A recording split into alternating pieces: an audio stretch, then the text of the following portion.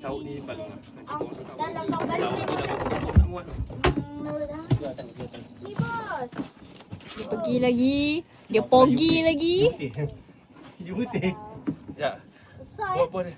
Biasa pergi. Buat nak buat rumput ke? Jangan kembali. Masih dalam. Yang ni tak boleh. Masih dalam. Jangan bagi dia pergi. Ya. Ada kena kari you ni malam ni sekarang. Ini tak boleh kena pergi. You kopi. Orang apa you? Diri balik. Okey. Kita diri balik. Diri balik. Okey. Oh yeah. 5 meter gitu. Oh yeah. Ikat you tu, tali ni ikat kau selam. Ikat Ha, kau pergi ambil ikan tu. Peluk ikan tu. Nama babuk. Kejap Yelah, baiklah. Kan? Aku tak tahu kena limbet dengan ni tali ni lagi. Push kan. Bos, jangan lupa bernafas. Ini Sangkut paling. Tarik nafas. Hampir lupa bernafas.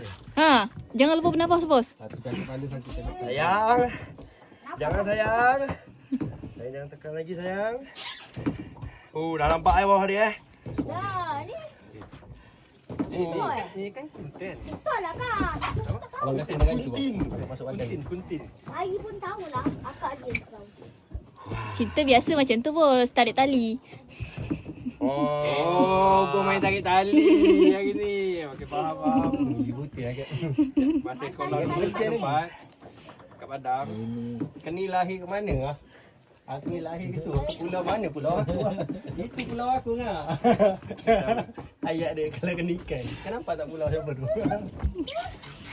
Lagi sikit je bos. Tak biar orang buat video. Alam buat strike. Ha? Strike you. Semalam dia kan nak besar kan? Oh. Malam tadi dia beritahu kan? Ha.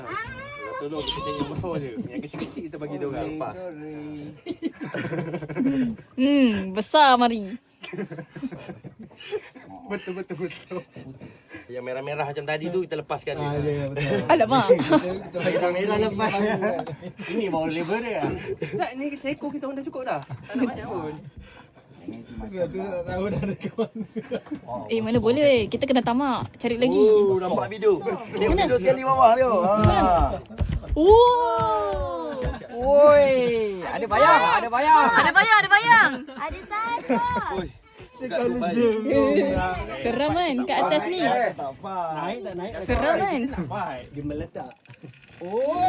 Itu barang. Woi. Kamu selang gitu. Ini bukan kapal selam dah. Ini torpedo dah.